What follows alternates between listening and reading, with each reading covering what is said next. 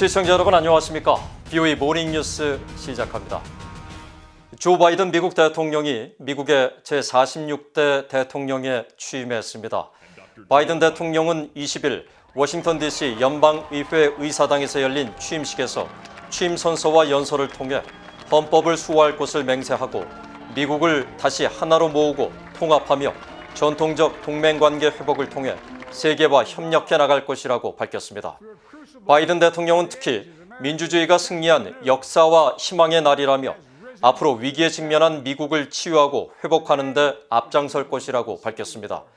이어 신종 코로나 바이러스 극복과 안전한 의료 서비스, 교육, 실업, 중산층 재건 문제 등 미국이 직면한 문제를 함께 극복해 나갈 것이라고 강조했습니다. 또 최근 의사당을 점거한 폭도들의 폭력 사태와 백인 우월주의, 국내 테러리즘을 언급하면서 극심한 분열에 맞서 새로운 출발이 필요한 시점이라고 밝히고 통합 없이는 어떤 평화도 이룰 수 없으며 모두의 대통령이 되기 위해 노력하겠다고 말했습니다. 바이든 대통령은 또 대외 관계에서도 미국은 동맹 관계를 회복하고 다시 세계와 협력할 것이라면서 미국이 평화와 안보를 위해 강력하고 신뢰할 수 있는 파트너가 될 것이라고 밝혔습니다. 조 바이든 대통령은 올해 만 78살로 미국 역대 최고령 대통령입니다. 1972년 최연소 상원 의원에 선출된 뒤 수십 년간 의정 생활을 하고 부통령까지 역임했던 워싱턴의 주류 정치인입니다. 특히 최근 들어 미국의 국제 위상과 지도력 재건에 강한 의지를 밝혀왔습니다. 안소영 기자가 보도합니다. I, Joseph Robinette Biden Jr. do solemnly swear that I will faithfully execute the office of President of the United States office of President of the United States and will, to the best of my ability, preserve, protect, and defend the Constitution of the United States. So help you God. So help me God. Congratulations, Mr. President.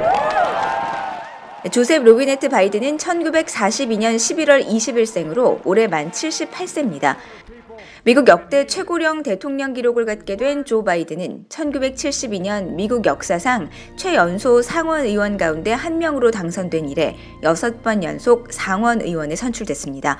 30여 년의 의정 활동 기간 법사위원회와 외교위원회 위원장 등을 역임했고 부통령을 거쳐 미국의 46대 대통령이 되기까지 반세기 가까이 워싱턴 정계를 지킨 거목이자 산 증인입니다. 동부 펜실베니아주 강업도시 스크랜턴에서 아일랜드계 가톨릭 가정의 3남 1녀 중 장남으로 태어난 조 바이든은 아버지의 잇따른 사업 실패로 11살 때 델라웨어주 윌밍턴으로 이주했습니다.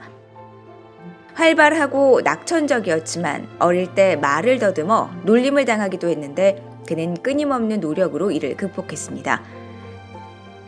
델라웨어 대학교를 거쳐 시라큐스 법률전문대학원을 나온 뒤 변호사로 활동했던 바이든은 대학 동창인 닐리아와 결혼해 세 자녀를 얻었고 1972년 30세 나이에 연방 상원의원 선거에서 공화당 현역 의원을 꺾고 당선되며 파란을 일으켰습니다.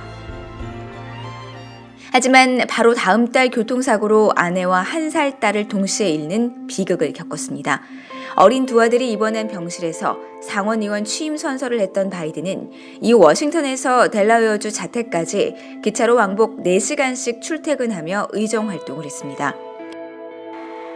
1977년 재혼한 질 바이든 여사와는 딸이 하나 있습니다. 2015년 아픔은 또 다가왔습니다. 델라웨어주 법무장관까지 지내며 정치 후계자로 여겨졌던 장남 보우가 46세의 뇌종양으로 숨을 거둔 겁니다. 차남 헌터는 마약 중독과 탈세와 비리 의혹 등으로 구설에 올라 바이든의 정치 경력에 흠집을 내기도 했습니다. 바이든은 세 번째 대권 도전 만에 대통령에 당선됐습니다. 2008년 경선에서는 정치신의 버락 오바마 후보에게 밀려 중도 사퇴했지만 부통령 지명을 받아 함께 승리를 이끌었습니다. 친근한 이미지로 사랑과 존경을 받던 그는 2016년 다시 대권 도전의 기회가 왔었지만 한 해 전 장남이 사망하자 꿈을 접었습니다. That's why today I'm announcing. 그리고 2019년 4월 조 바이든은 민주당 대선 경선 출마를 공식 선언하며 세 번째 대권 도전에 나서 승리를 안았습니다. I pledge to be a president who seeks not to divide but unify. Who doesn't see red states and blue states, only sees the United States.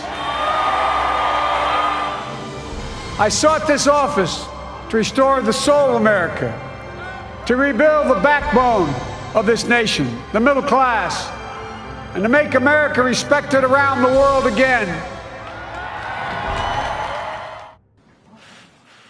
조 바이든 대통령은 신종 코로나 바이러스 대유행과 현역 대통령의 선거 결과 불복이라는 대혼란 속에 46대 미국 대통령 임기를 시작했습니다. That America is back. 조 바이든의 집권 청사진은 외교, 안보, 경제, 이민 등 모든 분야에서 트럼프 행정부의 정책과 현격한 차이를 보이고 있습니다. 바이든은 트럼프 행정부의 외교 정책이 국제 무대에서 미국의 위상을 약화하고 미국의 이익을 후퇴시켰다며 동맹국과의 관계 회복, 더 나아가 미국의 지도력 회복을 대외 정책의 기조로 삼고 있습니다.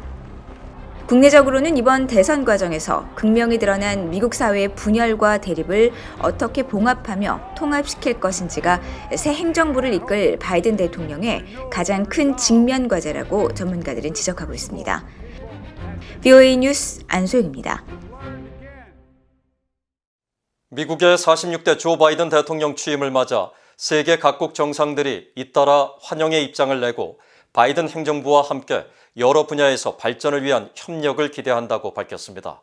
찰스 미셸 유럽연합 EU 이사회 의장은 20일 유럽의회 연설에서 바이든 대통령의 취임을 축하하고 평화로운 정권 이양의 날이 되길 바란다면서 더 강한 유럽과 미국, 더 나은 세계를 위해 미국과 EU가 새롭게 협력하자고 밝혔습니다. 옌스 스톨텐베르그 북대서양조약기구 나토 사무총장도 성명에서 미국과 유럽 간 유대관계 강화를 위해 바이든 정부와 협력하길 고대한다고 밝혔습니다. 보리스 존슨 영국 총리도 하원 연설에서 바이든 행정부 출범을 축하하고 양국 간 파트너십을 더욱 강화할 것이라면서 기후변화와 신종 코로나 바이러스 극복, 대서양 안보 등 우선순위에 대해 협력할 것이라고 밝혔습니다. 일본 정부 대변인인 가토 가츠노부 관방장관도 20일 기자회견에서 미일 동맹은 외교안보 정책의 기축이라면서 바이든 정권과 미일 동맹 강화를 위해 노력할 것이며 가까운 시일 안에 정상회담을 추진할 뜻을 밝혔습니다. 한편 러시아 크렘린궁의 드미트리 페스코프 대변인은 바이든 행정부 출범을 통해 미국과의 핵무기 통제 조약인 신전략무기 감축협정 연장을 기대하고 있다며 새 행정부가 협정 연장에 정치적 의지를 보여주길 바란다고 밝혔습니다. 도널드 트럼프 전 대통령은 퇴임 고별 연설을 통해 새 행정부 출범을 발표하고 성공을 기원했습니다. 트럼프 전 대통령은 20일 오전 바이든 전 대통령 취임식에 앞서 워싱턴 인근 앤드루스 공군기지에서 한 고별 연설에서 미국의 45대 대통령으로서 임기를 마치며 우리가 함께 이룬 성과에 대해 진심으로 자랑스럽게 생각한다며 일자리 창출과 빠른 경제 회복 등을 언급하고 당초 계획했던 일들의 그 이상을 해냈다고 자평했습니다. 연설을 마친 트럼프 대통령은 곧바로 대통령 전용기를 이용해 자신의 플로리다주 마라라고로 떠나면서 4년간의 백악관 생활을 마무리했습니다. 트럼프 대통령은 앞서 19일 공개한 고별 영상 메시지에선 이번 주 새 행정부가 출범한다며 미국의 안전과 번영을 위한 성공을 기도하며 행운을 기원한다고 말했습니다. 북한 주민들이 더 나은 삶을 누릴 자격이 있다는 것을 미국은 인식하고 있다고 마이크 폼페오 국무장관이 말했습니다. 폼페오 장관은 퇴임을 하루 앞선 19일 폭스뉴스와의 인터뷰에서 트럼프 행정부는 중동에서 또 중국과 관련해 한 일들을 자랑스럽게 여긴다면서 우리는 전 세계의 사람들이 더 나은 삶을 살게끔 해왔다고 강조했습니다. 또 우리는 이란과 북한 주민들이 더 나은 삶을 누릴 자격이 있다는 것을 인식해왔고 그것을 이루기 위해 쉼없이 일했다고 말했습니다. 폼페오 장관은 그동안 북한이 비핵화의 길을 선택한다면 평화와 번영이 넘치는 미래가 주어질 수 있다고 밝혀왔습니다. 바이든 행정부 출범에 맞춰 미국 내 연구소, 즉 싱크탱크의 전문가들이 기고문을 통해 대북 정책 조언을 이어가고 있습니다. 현재 북한의 군사력이 실질적인 위협이란 공통된 인식을 보였지만 세부 해법에선 강경책과 유인책이 동시에 나왔습니다. 또 북한 인권 문제를 반드시 다뤄야 한다는 제언도 잇따랐습니다. 오택성 기자입니다. 조 바이든 행정부의 출범에 앞서 미국의 한반도 전문가들은 지난해 10월 열병식과 최근 마무리된 당 대회의 김정은 위원장 발언과 신형 무기들을 토대로 북한이 제기하는 위협은 더 커졌다고 진단했습니다. 제임스 카라파노 헤리티지 재단 부회장은 진짜 위기를 촉발되지 않게 하기 위해선 바이든 행정부가 무엇보다 초반에 강력한 대북 메시지를 전달해야 한다고 강조했습니다. 외교의 문을 열어놓되 힘을 기반으로 한 협상 자세를 유지해야 한다는 것으로 특히 미국의 미사일 방어를 확장시켜 북한의 위협에 대응할 준비가 되어 있어야 한다고 강조했습니다. 민주주의 수호재단의 데이비드 맥스웰 선임연구원 역시 최대 압박이 바이든 행정부 대북 정책의 기조가 되어야 한다고 주장했습니다. 북한은 정권의 생존이 핵무장에 달려있다고 계속 믿고 있다면서 최대 압박 캠페인은 김정은이 핵무기를 보유하지 않고도 정권의 수명이 안전할 수 있다는 것을 깨달을 때까지 엄청난 노력을 쏟는 것이 그 목적이라면서 특히 북한 경제가 계속 어려움을 겪고 있는 지금이야말로 외부 압박을 통해서 김 위원장이 핵무기에 의존하지 않는 새로운 정권의 생존 전략을 고려하게 만들 수 있다고 지적했습니다. 반면 브루킹스 연구소의 조나단 폴락 선임연구원은 미국의 대북 핵 외교는 패기가 아닌 군축에 초점이 맞춰져야 한다고 주장했습니다. 북한은 계속 핵 무력을 증강해왔으며 핵 보유국으로의 지위를 얻기 원한다면서 현실적인 정책은 군축에 집중한 접근으로 이를 위한 방법으로는 한국과 일본 등 동맹과의 관계 강화가 핵심이라고 말했습니다. 카네기 국제평화재단의 안킷 판다 핵정책 담당 선임연구원은 북한의 군사 위협은 실제적인 것이라며 이를 관리하기 위해 바이든 행정부는 최대한 빠른 시일 내에 지금까지와는 다른 접근 방식을 보게 될 것이라고 북한을 확신시키면서 유엔 안보리 대북 제재에 대한 제한적이고 가역적인 완화 등을 검토해야 한다고 말했습니다. 빅터차 전략국제문제연구소 한국석자와 린지 로이드 부시센터 인권 담당 국장은 부시센터를 통해 발표한 정책 권고안에서 대북 협상 과정의 인권 논의의 중요성을 강조했습니다. 이들은 지난 4년 동안 많은 협상가들이 인권 논의가 비핵화의 주요 쟁점으로부터 주의를 분산시키거나 심지어 북한 정권을 불쾌하게 만들고 회담을 무산시킬 것을 우려했다면서 그러나 인권 문제를 거론하지 않는 것이 협상에 도움이 된다는 생각은 전혀 근거가 없으며 실제로 지난 세 차례의 미국 정상 간 만남에도 불구하고 미국은 비핵화 목표에 다가가지 못했고 북한의 핵 미사일 역량은 더 진전되고 있다고 지적했습니다. 그러면서 새로 들어서는 바이든 행정부는 이런 문제를 해결하기 위해 우선 대북 정책에 인권을 포함시키는 것이 가장 중요하다고 강조했습니다. 특히 정책 의제에 인권을 포함시키는 것은 미국의 도덕적 책무로 북한 문제와 관련해서 비핵화와 인권은 분리될 수 없는 문제라면서 인권을 강조하는 것은 대북 협상에서 미국의 지렛대를 강화시킬 뿐 아니라 국제적으로 더 큰 합의를 촉진할 수 있다고 밝혔습니다. VOA 뉴스 오택성입니다.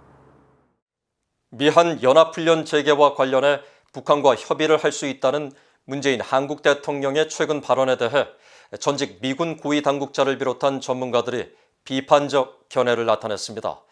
미한동맹의 핵심인 연합훈련은 협상 대상이 아니며 양국군의 준비태세에 대해 북한 당국의 의견을 구한다는 건 매우 부적절하다는 지적입니다. 조상진 기자입니다. 남북군사위원회를 통해 북한과 한미 연합훈련에 대해 협의할 수 있다는 한국 문재인 대통령의 신년 기자회견 발언에 대해 북한 문제를 담당했던 미국의 전직 고위 관리들은 미국과 한국의 역대 어떤 정부도 동맹의 상징이자 핵심인 연합훈련에 대해 북한의 의견을 구하지 않았다고 지적했습니다. 에반스 리비어 전 국무부 수석 부차관보는 미한 군사훈련에 대해 한국이 북한과 논의한다는 것은 미국의 동맹으로서 매우 부적절한 행동이라고 비판했습니다. 그러면서 자신이 재임할 당시 북한이 군사훈련에 문제를 제기하면 그것은 미국과 한국의 소관일 뿐 북한이 관여할 문제가 아니라는 것이 미한 양국의 공통된 견해였지만 현재 문 대통령은 이와 다른 견해를 갖고 있는 것 같다고 말했습니다. 군사 전문가인 브루스 베넷 랜드 연구소 선임 연구원은 연합훈련과 관련해 문 대통령이 이율배반적인 태도를 보이고 있다고 지적했습니다. 문 대통령이 한편으로는 신속한 전시작전 통제권 이양을 요구하면서도 다른 한편으로는 전작권 이양 조건 충족에 반드시 필요한 군사훈련을 중지하고 싶어하는 매우 모순적인 태도를 취하고 있다는 설명입니다. 그러면서 바이든 행정부에 합류할 것으로 예상되는 많은 인사들이 대부분 오바마 행정부에서 전작권 전환 조건에 토대를 만들었던 인물들인 만큼 문 대통령의 태도가 전작권 전환에 유리하게 작용하지 않을 것으로 전망했습니다. 지난 2011년부터 2년간 한국에서 근무했던 제임스 서먼 전 한미 연합사령관은 미한 합동훈련을 협상카드로 사용해서는 안 된다고 비판했습니다. 서먼 전 사령관은 북한이 비핵화 의지를 증명할 때까지 미국과 한국은 오늘 밤에라도 당장 싸울 수 있는 준비태세를 유지하기 위해 훈련을 계속해야 한다는 점을 분명히 했습니다. 1996년부터 3년간 재임했던 존 틸러리 전 한미 연합사령관도 훈련은 군사 준비태세의 토대이자 억제력 그 자체라면서 문재인 정부 들어 축소된 연합훈련 조치들에 대해 깊이 우려했습니다. 그러면서 한국민과 한반도의 안보야말로 가장 중요한 임무라는 것을 결코 잊어서는 안 된다고 지적했습니다. 전문가들은 주요 미한 연합 군사 훈련들이 줄줄이 유예되고 축소됐지만 북한은 어떠한 변화도 보이지 않았으며 오히려 김 위원장은 최근 8차 당대회에서 모든 부분의 군사력을 더욱 증강하겠다는 계획을 제시했다고 지적했습니다. 따라서 축소 연기됐던 연합훈련을 모두 복원함으로써 약화된 전력과 준비 태세를 북한의 증강된 군사력에 맞춰 재강화할 필요가 있다고 강조했습니다. BOA 뉴스 조상진입니다. 한국의 문재인 대통령이 20일 강경화 외교부 장관 교체를 결정하고 후임에 정의용 전 청와대 국가안보실장을 내정했다고 청와대가 밝혔습니다. 정의용 외교부 장관 후보자는 외교관료 출신으로 문재인 정부 출범과 함께 3년간 청와대 국가안보실장으로 외교안보 분야 업무를 맡았습니다. 특히 지난 2018년 3월 대북 특사로 평양을 방문해 김정은 국무위원장에게 문 대통령의 친서를 전달하고 그해 4월 1차 남북정상회담을 성사시키는 데 일조했습니다. 또 특사 자격으로 평양을 다녀온 뒤 3월 8일 미국을 방문해 백악관에서 트럼프 당시 대통령을 만나 한국 측의 미북 정상회담 중개 역할도 했습니다. 이상으로 BOE 모닝뉴스를 마칩니다. 시청해주신 여러분 고맙습니다.